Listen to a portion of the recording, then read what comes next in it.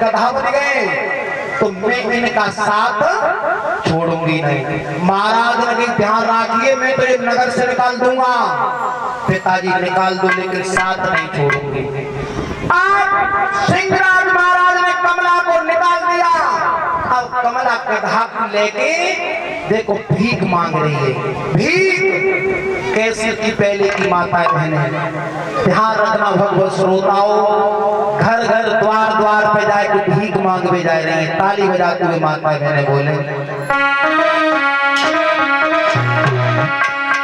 अरे तरह तरह की मांग रही भीख और राजा की राज दुलारी।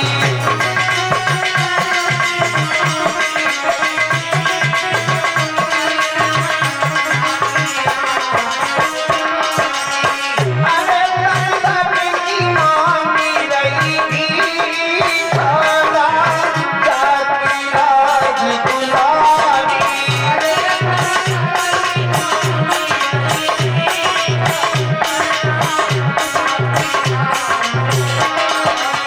कमला जाके दरवाजे पे जाके वो गधावा के संग जा रहे हैं। अब देखो कमला को कोई भीख दे देती है और कोई क्या कह रही है कि देखो कैसी मस्ती की मारी है जो गधा को नहीं डोल रही है। कोई भिक्षा हाथ कहावे, कोई गाली बहुत सुनावे, कोई भिक्षा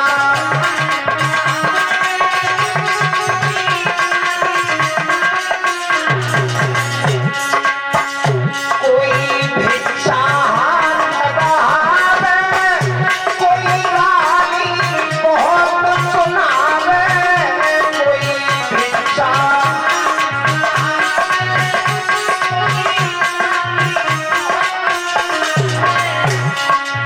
अरे जाई कोई सिखाई रही सीखरा जाती राज दुलारी।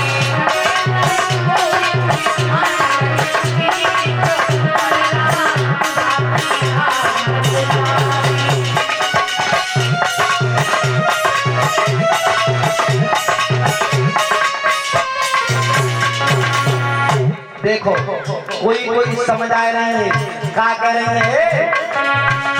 कोई ले चलू बिना धर्म और ब्याही दी देवर को, कोई ले चलू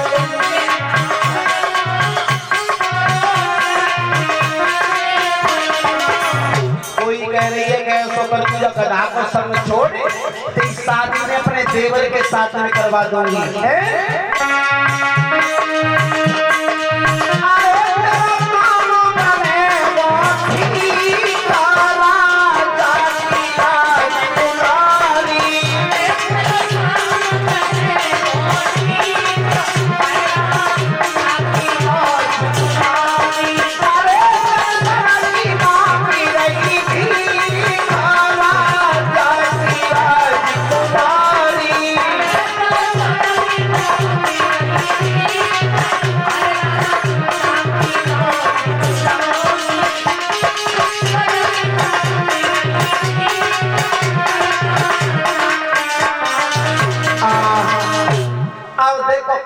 भीख मांगते मांगते पहुंची काशी में।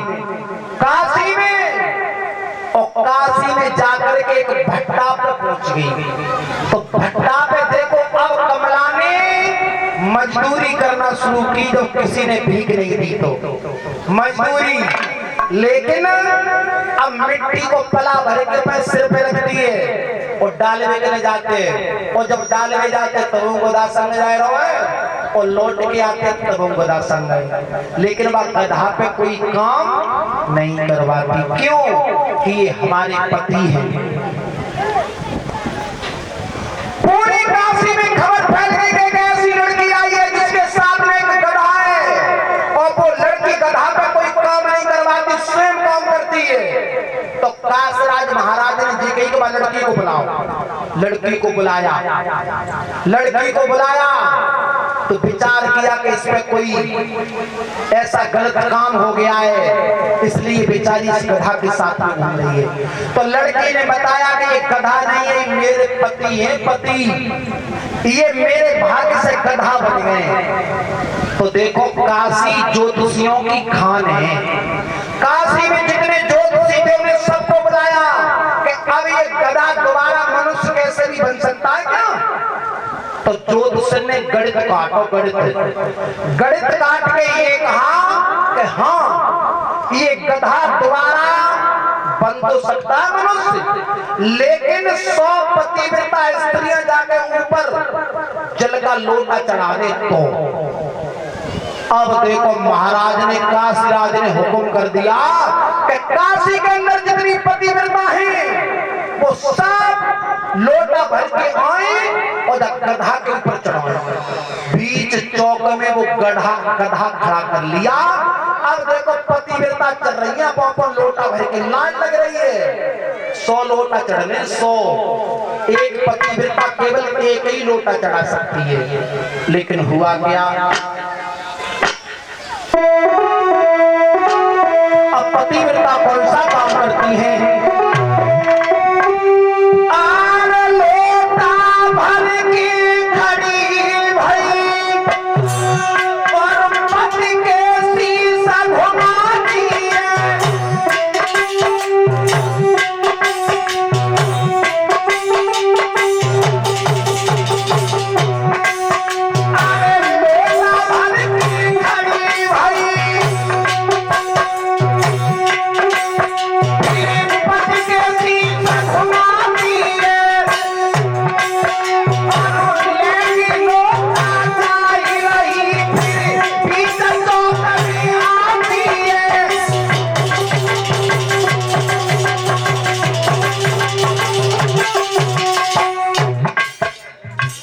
नंबर तो लोटा लेके आए रही है और अब गधा के ऊपर लोटा चढ़ाओ शुरू करो, मोह से।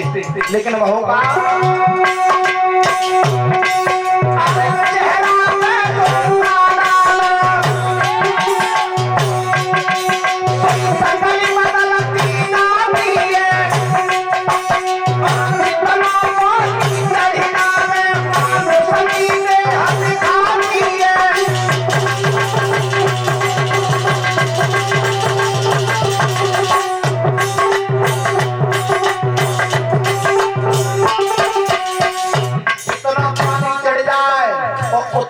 मनुष्य बनते जा रहा है। धीरे धीरे करके कितने लोटा चढ़ गए,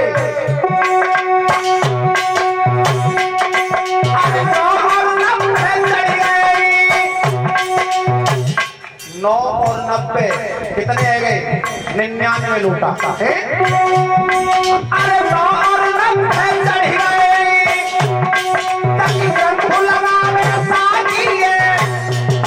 अरे एक लोटा इससे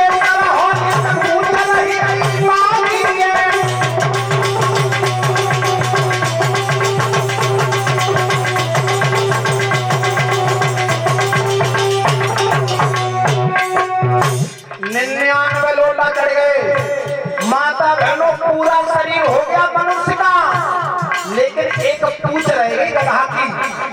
और इतने 99 लोटा चढ़ गए और अब पतिव्रता आना हो गई बंद, खत्म हो गई पतिव्रता।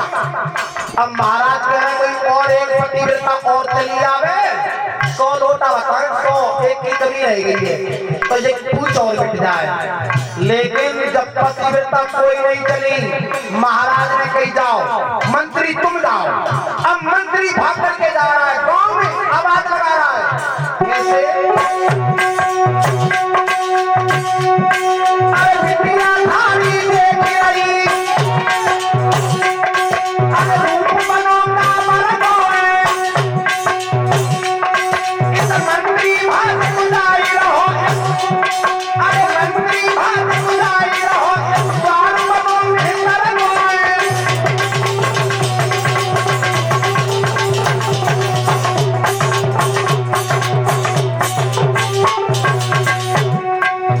मंत्री भागता हुआ गया एक मेहतर के द्वार पे, और मेहतर के द्वार पे आवाज लगाई, अरे भैया एक पतिव्रता कोई और हो।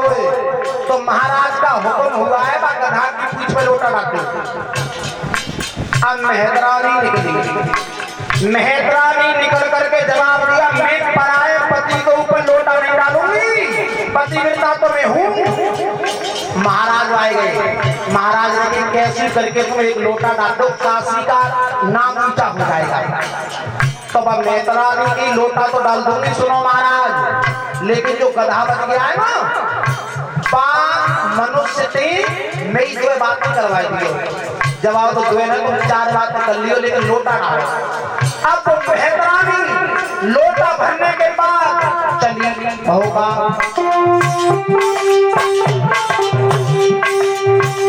अरे लोटा भर के करत लाई, सरस्वती के लीलों सब घुमाई।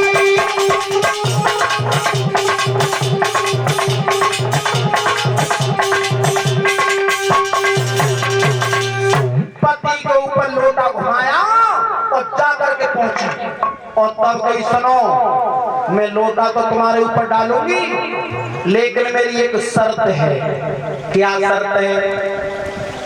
अब वे गधा बने लेकिन पूछ रहे गई, वे सोच रहे पहलो सुख निरोगी काया, चाहे अयोध्या के आधे राज्य को मांग ले, कैसे ये हमारी गधा की पूछ मिट जाए। तुम मांगो जो तुम्हें मांगना है वो मांग लो, कैसे हमारी पूछ मिटाई जाए। तो अब देखो वो मेहतरानी ने कहा कि सुनो महाराज, क्या रानी को तुम लेके जाओगे ना पैकर? बोले हाँ, तो सुन, अरे जा रानी को घर को ले जावे,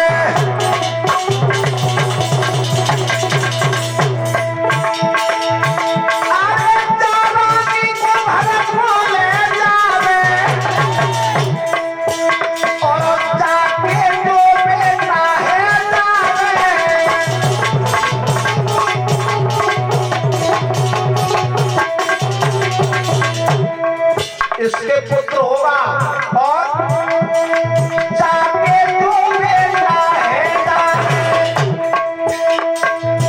और चल के जाई काशी में आवे, और कितनी बूंद पानी चढ़ी जावे, और उतनी दिन पानी भरी जावे।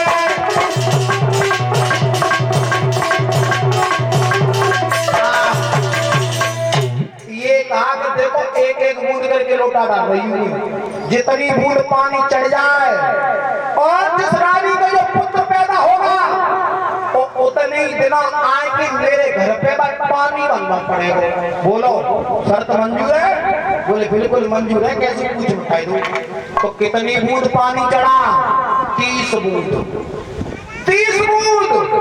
वही कृष्ण महाराज अयोध्या में लौट करके आए, उन्हीं के पुत्र पैदा हुए थे जिनका नाम था हरिश्चंद्र। आपने सुना होगा हरिश्चंद्र ने कालू मेहतर के यहाँ 30 दिना पानी भरो। क्यों? कि उनके पिता वचन लेकर के आए।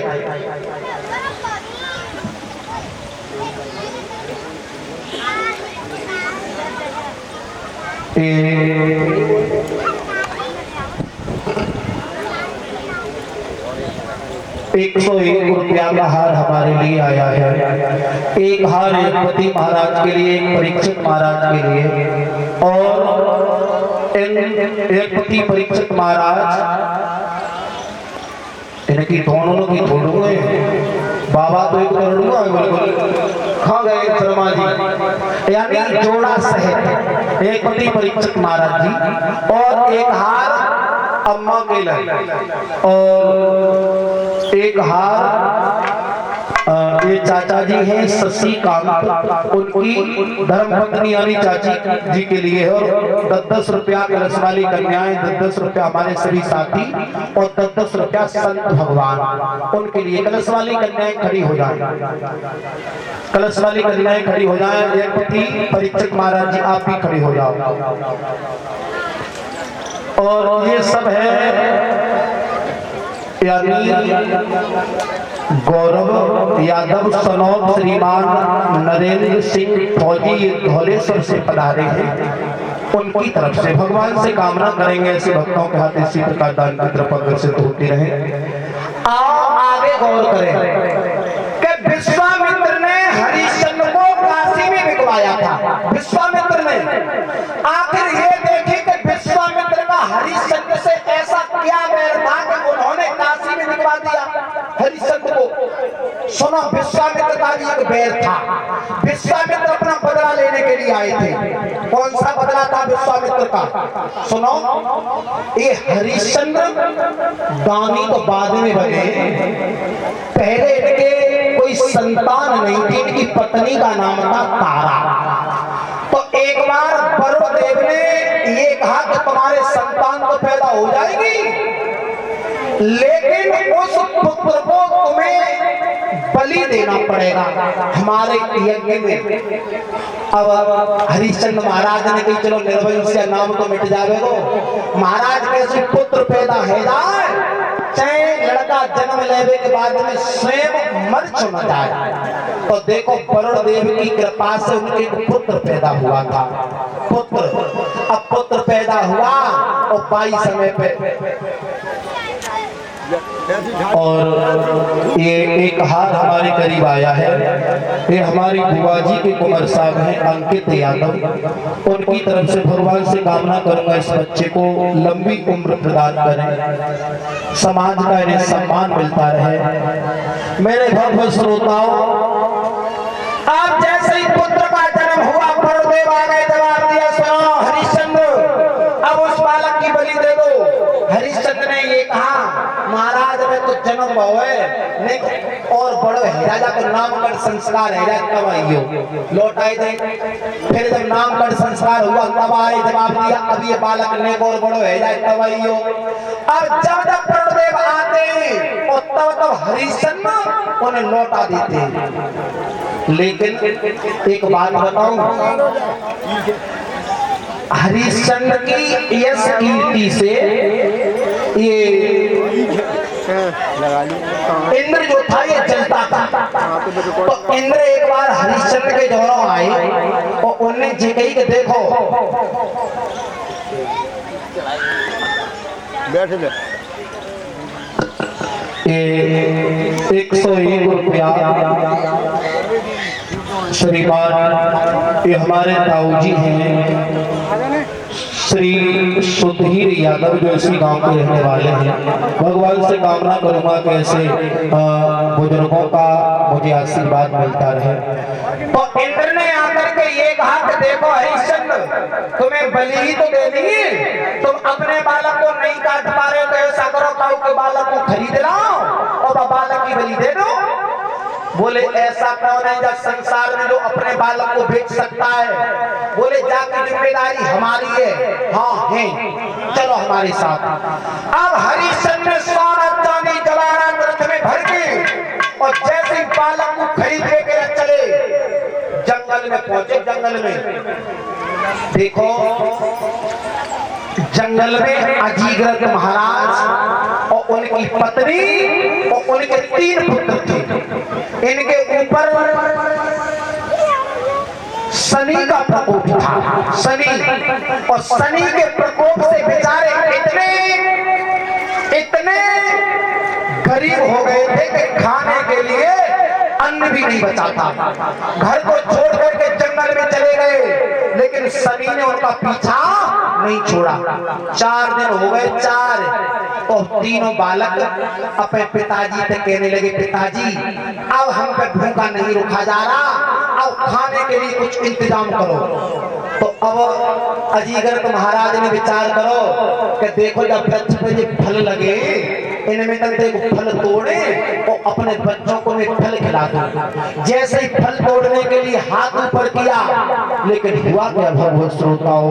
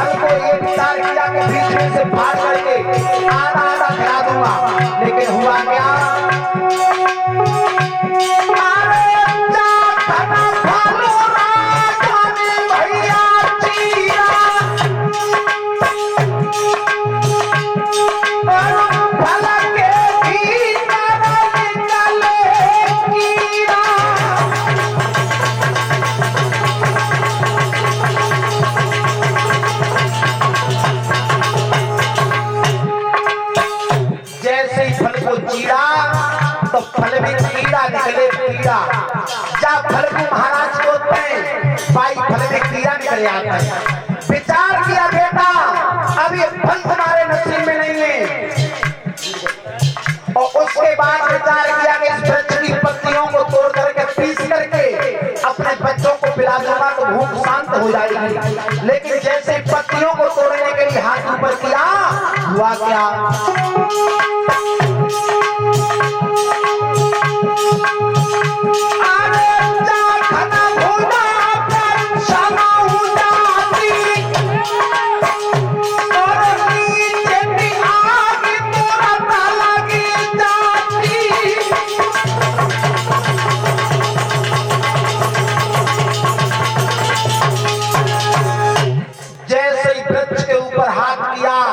उस वृक्ष में आग लग गई।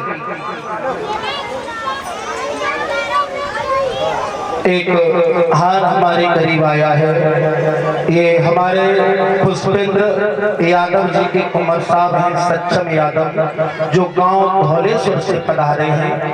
उनकी तरफ से भगवान से कामना करूंगा इस बच्चे को सदैव सद्बुद्धि प्रदान करें। 101 रुपया ये हमारे पिंटू भैया की तरफ से है, जो इसी गांव सैलार के रहने वाले हैं, और 51 रुपया उदल सिंह जो उमरायपुर से पधारे हैं। धन्यवाद। कलश वाली कन्या लेने ठाई तो ना जाओ, अरे रुपये लेवल सब रही हो, खड़ी हो जाओ। और जो भूमि बस पर रही है, सब कैमरा जरूर इंतजाम करवाओ।